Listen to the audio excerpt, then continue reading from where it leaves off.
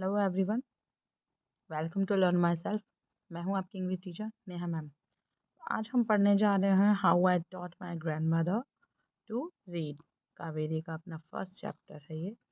This is the first chapter of Kaveri, how I taught my grandmother to read. ठीक है, let get started. यहाँ पे आपको सबसे पहले एक्सरसाइज दी गई है। पहले का जो सिलेबस था इसके अंदर पहले आपको स्टोरीज दी जाती थी, फिर एक्सरसाइजेज दी जाती थी। बट अब एनसीईआरटी ने न्यू सिलेबस आपको इंट्रोड्यूस करवाया है, जिसके अंदर सबसे पहले आपको कुछ एक्सरसाइजेज दी जाएंगी, देन उसके बाद आपका चैप्टर स्टार्ट है। तो हम स्टार्ट करते हैं चैप्टर के जो एक्सरसाइजेज हैं वो करना।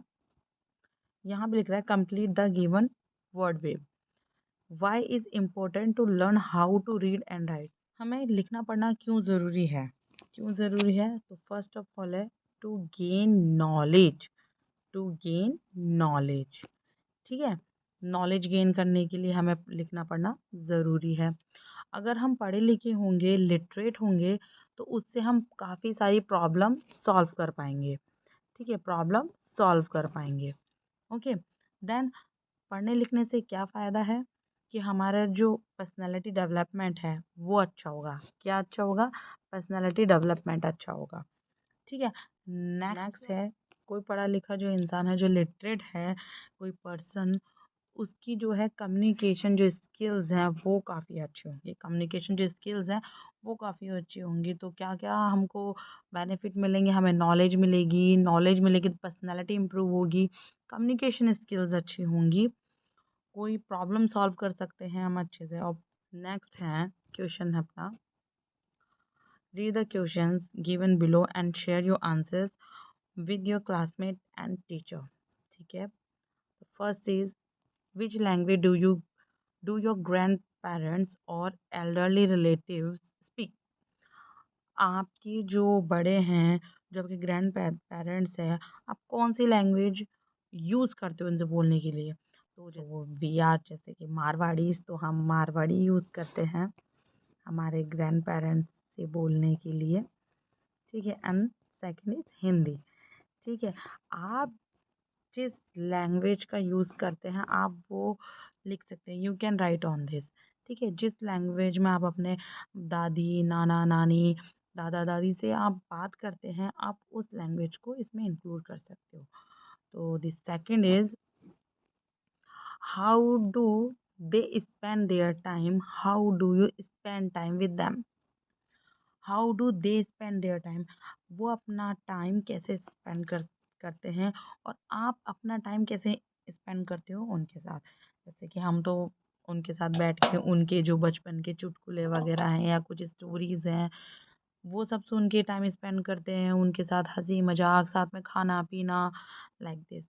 आप अपना एक्सपीरियंस लिख सकते हो कि आप किस तरह से आप उनके साथ एक्सपीरियंस शेयर करते हैं, किस तरह से आप टाइम स्पेंड करना पसंद करते हैं। The third is what is your favourite experience with them. आपका फेवरेट एक्सपीरियंस क्या है अपने ग्रैंड पेरेंट्स के साथ? तो मेरा फेवरेट एक्सपीरियंस जो है, जैसे कि मैंने बताया कि उनके साथ टाइम स्पेंड करना है, उनके साथ मार्केट घूमना है, उनके साथ अच्छी अच्छी जैसे कि आइसक्रीम खाना होता है, कुल्फ़ीज़ वगैरह होती हैं, वो खाना होता है। मेरा ये फेवरेट है उनके साथ एक्सपीरियंस शेयर करना। तो आप इसमें अपना इंक्लूड कर सकते हैं कि what is your favourite experience with them, उनके साथ क्या आपका फेवरेट एक्सपीरियंस है। The fourth one is what is something that the elderly in your family can not do easily but enjoy watching to you. मतलब आपके जो Elder हैं, मतलब इस फैमिली के अंदर आपकी जो फैमिली है उनको क्या पसंद है, वो जो खुद तो नहीं कर सकते बट वो आपको देख कर, जैसे आप वो जो काम कर रहे हैं वो देख के वो इंजॉय करते हैं। जैसे कि आज हम इतना पढ़ रहे हैं, हम बच्चों को पढ़ा रहे हैं, कहीं घूमने करने जा रहे हैं, तो उन्हें जैसे खुद वो नहीं चीज़ वो इस चीज़ के लिए एबल नहीं है बट वो हमें देख के बहुत हैप्पी होते हैं कि आज हमारा बच्चा इस लायक बन चुका है, इस एबल है, या कहीं घूमने जा रहा है, या किसी को सपोर्ट कर रहा है, या किसी की हेल्प कर रहा है, तो उन्हें वो चीज़ ज़्यादा पसंद है। सो इस तरह से ये क्वेश्चंस हैं, आपकी एक्सरसाइजेज दी गई हैं। आपके चैप्टर से पहले। तो देखते हैं हम। Next, read the following passage, match the highlighted words with their meaning given in the box below. Excitedly, believable, people living in our particular area, discussion, and a part of a story, focus, main character and the director. Okay, basically इसके अंदर क्या है, ये हमको हैं vocabs दी हुई हैं, उनका जो मीनिंग है इस पैरे के अंदर है कि किस किस वर्ड का कौन सा मीनिंग है।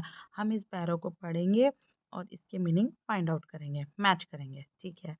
The casting for the protagonist of our schools annual play was done after a lot of.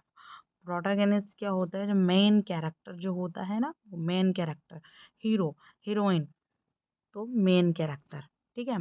Protagonist our school annual play was done after a lot of debates. Debate मतलब discussion. Discussion, मैं एक बार इसको erase करके अच्छे से आपको बता देती हूँ। ठीक है। Protagonist means main character. Okay. Debate means discussion. Debate discussion. As many good actors had auditioned for the role. काफ़ी सारे डिस्कशन के बाद, काफ़ी सारे डिबेट के बाद हमारे स्कूल जो हमारे स्कूल का एनुअल प्ले है उसका प्रोटोगनिस्ट डिसाइड हुआ कि ऑडिशन लेने के बाद कि कौन मैंने मैन कैरेक्टर प्ले करेगा। We had decided to present an an episode from an inspirational story. हम लोगों ने डिसाइड किया क्या प्रेजेंट करने, एक एपिसोड, एक पार्ट ऑफ अ स्टोरी, एक part of a story. Story का हमने डिसाइड किया कि हम एक इंस्पिरेशनल स्टोरी का पार्ट को प्रेजेंट करेंगे, हम दिखाएंगे। It was a life story of group of children who work with the community to spread literacy. ये स्टोरी किसकी लाइफ स्टोरी होगी, एक ग्रुप ऑफ चिल्ड्रन की जो वर्क करता है कौन सी कम्युनिटी के साथ, जो लिटरेसी स्प्रेड कर रहे हैं, जो साक्षरता को प्रमोट कर रहे हैं एवरीडे। ठीक है। Every day we reach school early to practice with. हम जल्दी पहुंच जाते थे स्कूल किस चीज़ के लिए, प्रैक्टिस करने के लिए। विद द कंसंट्रेशन मतलब बिल्कुल फोकस के साथ हम स्कूल प्रैक्टिस करने के लिए पहुंच जाते थे। वी वेटेड ईगरली, ईगरली मतलब बहुत ही, मतलब एक्साइटेडली। ईगरली मीन्स है excitedly. Eagerly the final presentation, हम वेट करते थे बहुत ही एक्साइटमेंट से हमारे फाइनल प्रेजेंटेशन का।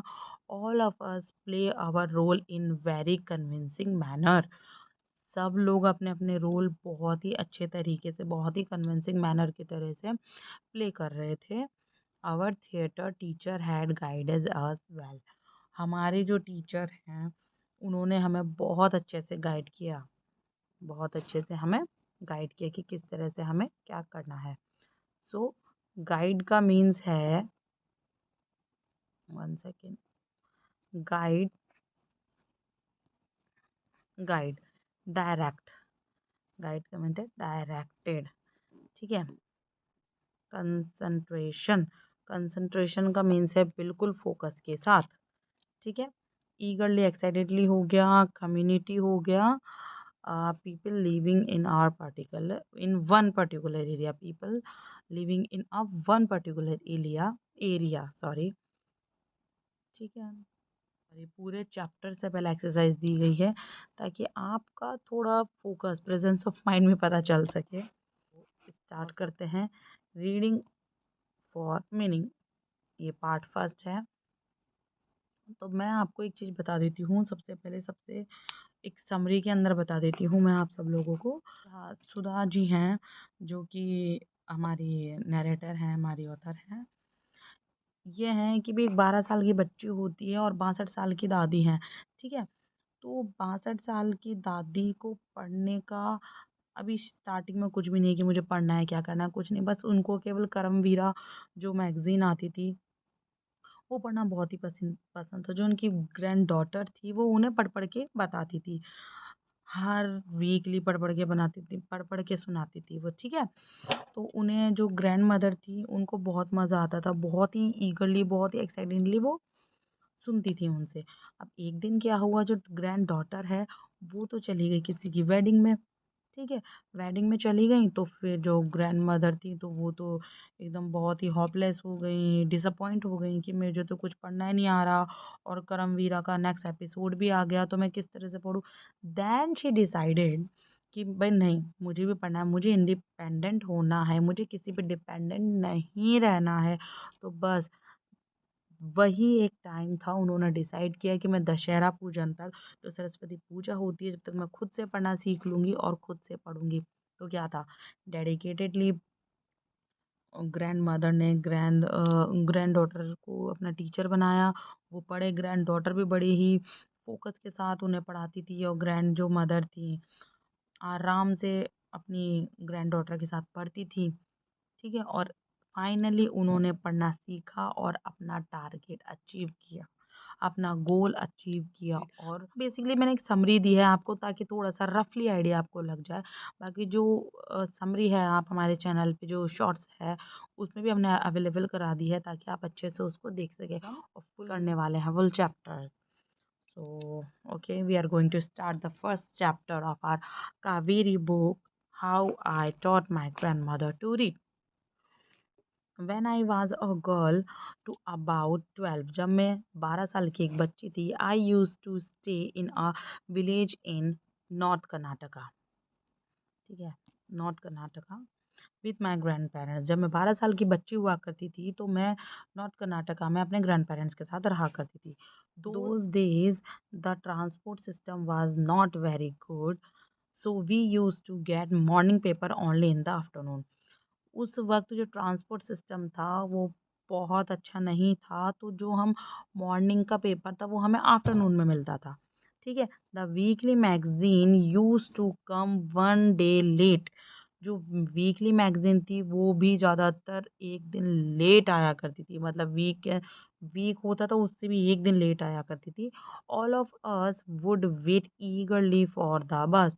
हम सब मिलकर बहुत ही एक्साइटेडली, बहुत ही ईगरली वेट किया करते थे बस का, which use to come with the papers, weekly magazine and the post. कौन सी बस का, जो पेपर्स लाती थी, जो वीकली मैगजीन्स लाती थी, इन सब का हम बहुत ही ईगरली वेट किया करते थे।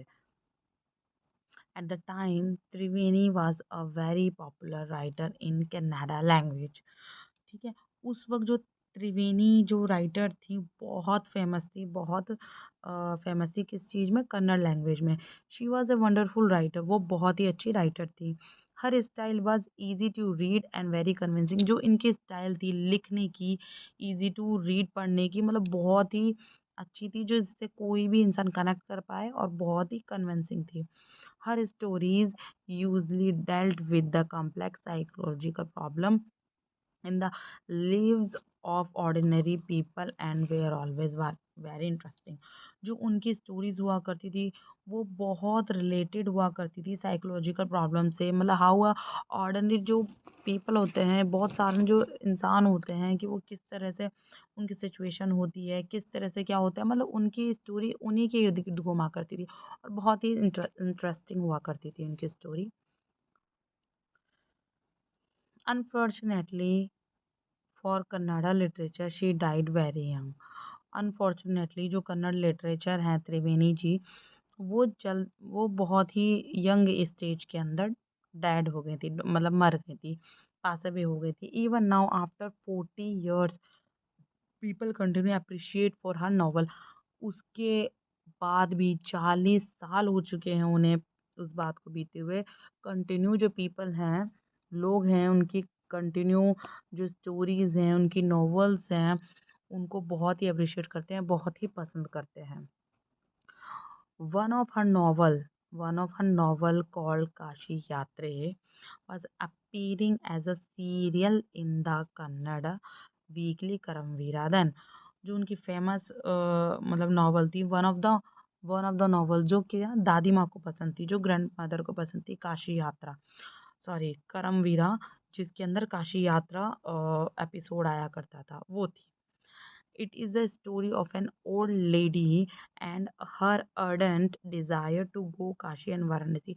उस स्टोरी के अंदर क्या था, उस स्टोरी के अंदर था कि एक अर्डेंट कीन मतलब एक लेडी थी, ओल्ड लेडी थी, वो जो काशी यात्रा बहुत ही मन से जाना चाहती थी, वाराणसी की काशी यात्रा जाना चाहती थी। ठीक है। मोस्ट ऑफ हिंदूज बिलीव, आपको आई होप विजिबली बहुत मतलब अच्छा सही दिख रहा होगा। ठीक है। Most Hindus believe that most Hindus believe that going to Kashi and worshipping Lord Vishweshwara is ultimate पुण्य। बहुत सारे हिंदू, वी आर हिंदूज, तो हम जानते हैं कि जो लॉर्ड विश्वेश्वरा हैं, विश्व के ज्ञानी हैं, वहाँ जाके उनकी पूजा करना, दान धर्म करना अल्टीमेट पुण्य है। काशी यात्रा की पूजा, काशी यात्रा के उधर पूजा करना पुण्य का काम है। This old lady also believed in this. In her struggle to go there was described in that novel. In the story, there was also a young orphan girl who fall in love, but there was no money for wedding. ठीक है। अ, अ, इस पूरे phase के अंदर दो जने हैं, एक एक ओल्ड लेडी है और एक ऑर्फन गर्ल है। ऑर्फन मीन्स अनाथ, जिसका कोई आगे पीछे नहीं है। इस स्टोरी के अंदर जो एक ओल्ड ओल्ड वुमन है, वो जाना चाहती हैं काशी यात्रा, जिनकी बहुत ही तहे दिल से इच्छा थी। बट वहीं दूसरी साइड एक इस स्टोरी के अंदर एक ऐसी ऑफन गर्ल है जो फॉल इन लव, वो प्यार में है, बट उसके पास कोई मनी नहीं है अपनी वेडिंग करने के लिए। In the end the old lady gives away all her saving without going to Kashi. She says the happiness of this orphan girl is more important than worshipping Lord Vishweshwara in Kashi। क्या होता है, जो old lady है अपनी सारी saving, जो अपनी सारी सेविंग उन्होंने काशी यात्रा जाने के लिए सेव कर रखी थी, वो सारी उस बच्ची को दे देती हैं। क्यों? क्योंकि उनका कहना है, उनका मानना है कि जो happiness of this orphan girl, की जो हैप्पीनेस है इस अनाथ लड़की की, इसकी जो खुशी है वो मेरी खुशी से बहुत ज़्यादा मायने रखती है। भाई मैं लॉर्ड विश्वेश्वरा काशी तो बाद में कभी भी चल जाऊंगी, लेकिन जो मेरी है, जो सारी सेविंग है, मैं इस बच्ची को दे देती हूँ, ताकि जो इसकी हैप्पीनेस है वो मेरी हैप्पीनेस से ज़्यादा इम्पोर्टेंट है। My grandmother Krishtika never went to school, so she could not read. अब जो है अपनी राइटर वो बोल रही हैं कि जो मेरी ग्रैंड मदर है कृष्टिका कृष्टिका कभी भी स्कूल नहीं गई, तो जिसकी वजह से उनको लिखना पढ़ना नहीं आता। Every Wednesday the magazine would come, every जो बुधवार है, एवरी वेंसडे मैगजीन आती है। I would read the next episode of the story to her. भाई हर वेंसडे जो स्टोरी बुक आती है, जो करमवीरा काशी यात्रा चल रही थी एपिसोड के अंदर, मैं उन्हें बोलकर सुनाती हूँ, पढ़कर सुनाती हूँ। During the time she forgot all about her work and with the listen with the greatest concentration. भाई ये ऑथर बोल रहे हैं, ये ऑथर बोल रही हैं कि जो ये अब जो हर वीकली करमवीरा काशी यात्रा का एपिसोड आता था, तो मेरी जो ग्रैंड मदर हैं वो पढ़ना लिखना नहीं जानती, पढ़ना लिखना नहीं जानती तो वो पढ़ नहीं सकती हैं, तो मैं वो खुद उनको पढ़ पढ़ के बोल के सुनाती थी। और वो बहुत ही कंसंट्रेशन से मतलब बहुत ही कंसंट्रेशन से वो सुनती थी, आसपास का माहौल सब भूल जाती थी, अपने काम काज सब भूल जाती थी। Later, she could repeat the entire text by her. My grandmother too never went to my grandmother too never went to Kashi, and she identified herself with the novel protagonist. Writer का कहना है, जो बच्ची है, पोती है, वो है जो राइटर है, फ्यूचर में चल के राइटर बनेगी, उनका कहना है कि मेरी ग्रैंडमदर को वो स्टोरी इतनी कनेक्टेड कि वो ओल्ड लेडी को अपने में रिजेंबल करती थी। लाइक ओल्ड लेडी की जो स्टोरी है वो अपनी स्टोरी मानती थी, जो मेन प्रोटैगनिस्ट थी ना, अपनी स्टोरी मानती थी। नॉवल की जो हीरोइन है प्रोटैगनिस्ट, जिसने ऑर्फन गर्ल की हेल्प की थी, वो अपने आप को इमेजिन करती थी कि वो कहीं ना कहीं ओल्ड लेडी मैं हूँ, मैं काशी यात्रा जाना चाहती हूँ, तो वो अपने आप को उस चीज़ को मानती थी कि कहीं ना कहीं वो ओल्ड लेडी मैं हूँ। उसको more than anybody else, she was the one most interested in knowing what happened next in the story. Used to insist that I read serial out to her. तो बहुत ही वो भी ईगरली वेट किया करती थी, बहुत ही इंटरेस्टिंगली कि क्या होने वाला है। मतलब बहुत जैसे छोटे बच्चे नहीं सुनते क्या स्टोरीज कि हाँ दादी और सुनाओ, हाँ दादी और सुनाओ।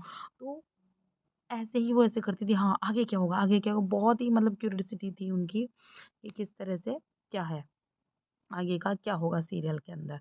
After hearing After hearing what happened next in Kashi Yatre, she would join her friend at a temple courtyard where the children would also gather, play and hide and seek. उसके सुनने के बाद जो मैंने सुनाई उन्हें स्टोरी काशी यात्रा की, फिर उन्होंने मतलब सारी जो अभी अभी जो वीकली एपिसोड आया था उन्होंने मुझसे सुना। देन सुनने के बाद वो अपनी फ्रेंड्स को ज्वाइन किया उन्होंने, और टेम्पल के कोर्टयार्ड में जहाँ पर जो चिल्ड्रन हैं मिलकर हाइड एंड सीक खेल रहे थे। यू कैन सी ऑल्सो कि देखो ये चारों के, ये जो इनकी फ्रेंड्स है दादी माँ के मतलब दादी हैं और दादी के फ्रेंड्स लोग हैं, वो सुन रहे हैं आराम से। ये बच्चे देखो पीछे खेल रहे हैं, they are all playing hide and seek. तो सुनने के बाद वो आराम से अपने फ्रेंड्स लोगों के पास गई और हम सब लोग हाइड एंड सीक खेलने लग गए। She would discuss the latest episode with her friend. और वो डिस्कस कर रही थी अब जो लेटेस्ट एपिसोड है जो कि मैंने उन्हें पढ़कर सुनाया था कि क्या क्या हुआ, कैसे कैसे क्या क्या हुआ। At the time I never understood why there was so much debate about the story.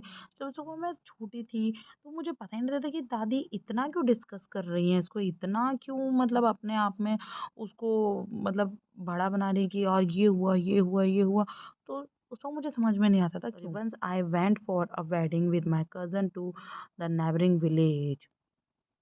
एक बार मैं शादी अटेंड करने के लिए चली गई अपने कज़न के साथ हमारे पास के गाँव में, ठीक है?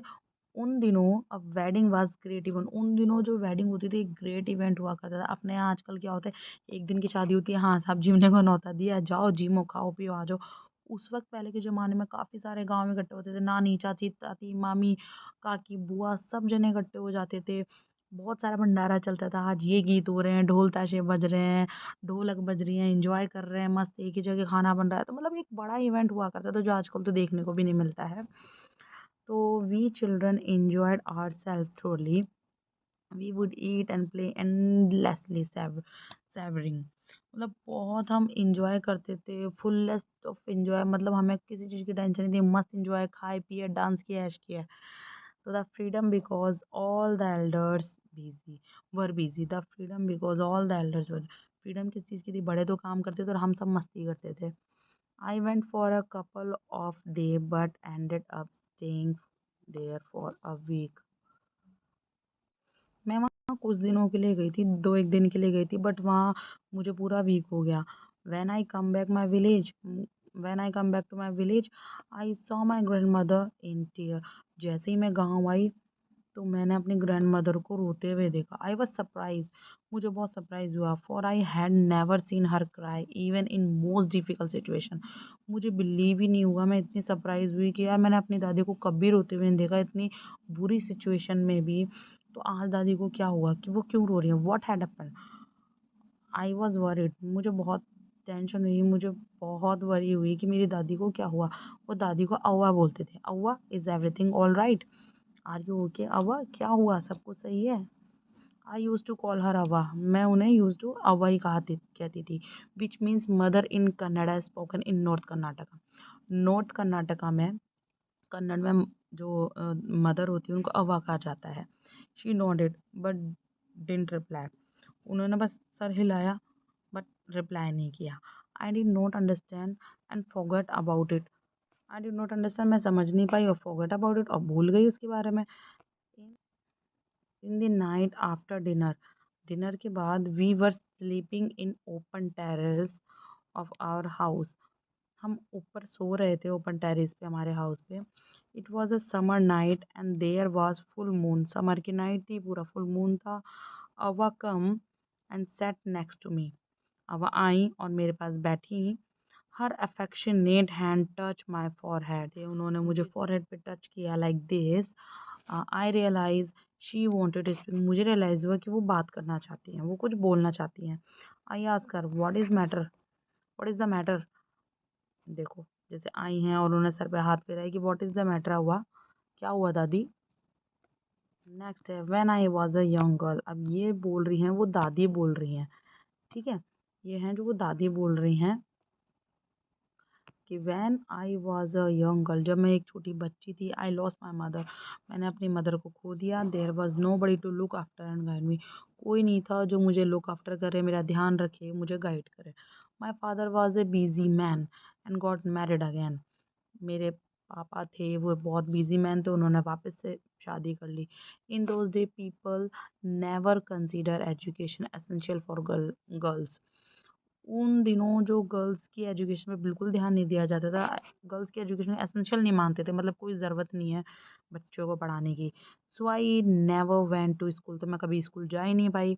आई गॉट मैरिड वेरी यंग, मेरी बहुत ही जल्दी एज में मेरी शादी हो गई, मेरे बच्चे हो गए। आई बिकम वेरी बिजी, और मैं बहुत बिजी हो गई। Later I had a grandchildren, उसके बाद मेरे ग्रैंड चिल्ड्रन हुए। और I always felt so much happiness in cooking and feeding all of you, और मुझे उसमें ही खुशी मिलती थी कि बच्चों को कुकिंग करूँ, खिलाऊँ, बच्चों को घर-वर सँभालूँ, सब कुछ अच्छे से। At time I used to regret not going to school, so I made sure that my children and grandchildren studied well.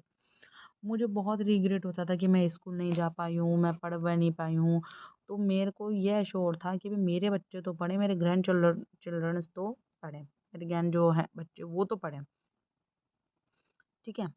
अब नेक्स्ट बीच में ही एक आया है एक्सरसाइज है कि इससे अपनी अंडरस्टैंडिंग पता चले कि हमें कितना चैप्टर समझ आया है कि कितना चैप्टर समझ नहीं आया है। तो ये है complete the cause and effect table given below, base one part of the story, share answer your classmate and the teacher, ठीक है। एक तरफ कॉज है, एक तरफ कॉज का मतलब होता है कारण, ठीक है। कॉज का मतलब होता है रीजन, ठीक है, कि क्या तो रीज़न हुआ है और क्या उसका इफ़ेक्ट पड़ रहा है, क्या उसका प्रभाव पड़ रहा है। तो क्या रीज़न रहा होगा जिसकी वज़ह से ये प्रभाव पड़ा। The morning paper arrive late in the day and weekly magazine would come one day later, मतलब क्या प्रभाव पड़ा, क्या इफ़ेक्ट पड़ा है, मतलब क्या रीज़न था, क्या रीज़न था?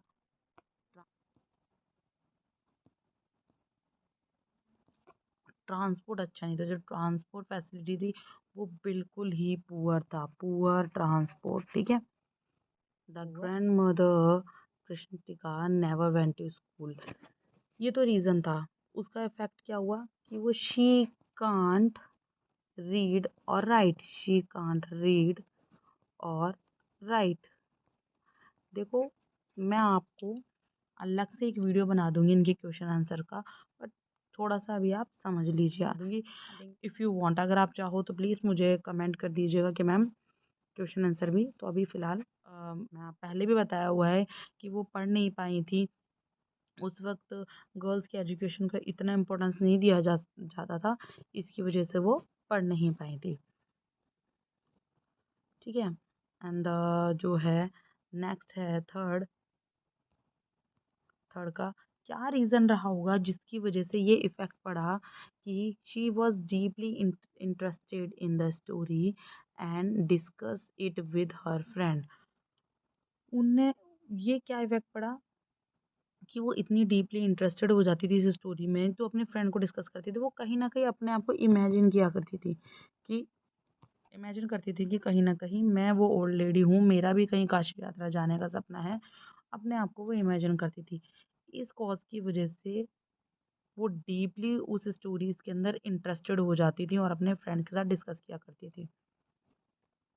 नेक्स्ट है the narrator went to a wedding for a week, narrator हैं जो सुधा जी हैं, ये रीज़न रहा कि जो नरेटर थी वो वेडिंग चली गई, सॉरी वेडिंग में चली गई फॉर एक वीक के लिए। उसका क्या प्रभाव पड़ा कि जो माँ थी, जो दादी माँ थी, वो पढ़ नहीं पाई कौन सी काशी यात्रा को, काशी जो यात्रा थी उसे वो पढ़ नहीं पाई। वो आगे में आएगा, बट ये कि उसका ये था कि वो पढ़नी, शी कांट रीड की भी क्या है, सारे के सारा काला अक्षर भैंस बराबर लग रहा था। देन शी डिसाइडेड कि हाँ मुझे पढ़ना है, मुझे किसी पे डिपेंड नहीं रहना। ये आगे आएगा, खैर हम आगे पढ़ेंगे। तो ये तो थे चैप्टर्स का मतलब अंडरस्टैंडिंग समरी है कि कैसे कैसे क्या करना है। आप चाहोगे तो मैं अलग से एक सेपरेट वीडियो बना दूंगी इसका, प्लीज़ मुझे कमेंट में ज़रूर बताइएगा। नेक्स्ट है फिफ्थ, कि क्या रीज़न रहा होगा जिसका इफ़ेक्ट ये पड़ा कि जो the grandmother never went to school. क्या रीज़न रहा होगा? रीज़न ये था कि पहले के जो ज़माने में गर्ल्स की एजुकेशन को इतना एसेंशियल नहीं माना जाता था। ठीक है, गर्ल्स की एजुकेशन को इतना एसेंशियल नहीं माना जाता था कि जिसकी वजह से जो ग्रैंड मदर थी कि वो जा पाए स्कूल, और उसी की वजह से वो कभी भी स्कूल नहीं जा पाए, क्योंकि पहले के टाइम में गर्ल्स की शिक्षा को, गर्ल्स की जो पढ़ाई थी उसको कोई इम्पोर्टेंस नहीं दी जाती थी। ठीक है, नेक्स्ट है the grandmother regretted not going to school. Grandmother को रिग्रेट हुआ कि वो स्कूल नहीं जा पाती, तो उन्होंने क्या डिसाइड किया, इसका क्या इफ़ेक्ट पड़ा कि अब वो ये चाहती हैं कि जो जो उनके ग्रैंड चिल्ड्रन हैं, ग्रैंड चिल्ड्रन हैं, और जो उनके बच्चे हैं, चाइल्ड और ग्रैंड चाइल्ड, वो सब जने स्कूल जाएं और पढ़ें, मेरी जैसे डिपेंडेंट फील ना करें। ठीक है, नेक्स्ट है do you think do you think the narrator expected to see her grandmother in tear when she return to village? If yes why, if no why not. इसमें ये बताया गया है कि तुम ये सोच सकते हो कि जो नरेटर है, जो सुधा जी हैं, उन्होंने एक्सपेक्ट किया होगा अपनी ग्रैंड मदर को आंसू में देखने का, जब मतलब वो जो वेडिंग से आई थी फेडिंग करके, तो उन्होंने एक्सपेक्ट किया था कि उनकी दादी उन्हें रोती हुई दिखाई देंगी? बिल्कुल नहीं एक्सपेक्ट किया था। बिल्कुल इतनी ब्रेव लेडी थी अकॉर्डिंग टू हर, किसके अकॉर्डिंग टू ग्रैंड चिल्ड्रन, जो ग्रैंड चाइल्ड थी, जो पोती थी, वो तो अपनी दादी को इतनी डिफिकल्ट सिचुएशन में भी कभी रोते हुए नहीं देखा, तो आज क्यों मेरी दादी रोई है, तो वो कभी एक्सपेक्ट ही नहीं कर सकती। नो, नहीं, उन्होंने एक्सपेक्ट ही नहीं किया कि मेरी दादी कभी रो सकती हैं। और क्यों, वाई नॉट, और क्यों नहीं करेगी, क्योंकि वो इतनी मतलब अच्छी थी, इतनी स्ट्रॉन्ग थी कि इन्होंने डिफिकल्ट सिचुएशन में कभी रोई नहीं थी वो। The third, how might the narrator help her grandmother to fulfill her desire to learn to read and write? ये हम नेक्स्ट पार्ट में पढ़ेंगे कि जो नरेटर ने किस तरह से हेल्प की अपनी ग्रैंड मदर की, वो एक टीचर बनी, जो पोती थी वो टीचर बनी, और जो ग्रैंड मदर थी वो स्टूडेंट बनी उस पोती की, और किस तरह से उन्होंने अपनी डिज़ायर, अपना टारगेट अचीव किया पढ़ने और लिखने का। तो thank you for watching. That was the first part of our story, Kavirika, how I taught my grandmother to read. ये फर्स्ट चैप्टर था। नेक्स्ट पार्ट हम जल्दी पढ़ेंगे। सो स्टे ट्यून, आप जुड़े रहिए। Thank you for watching.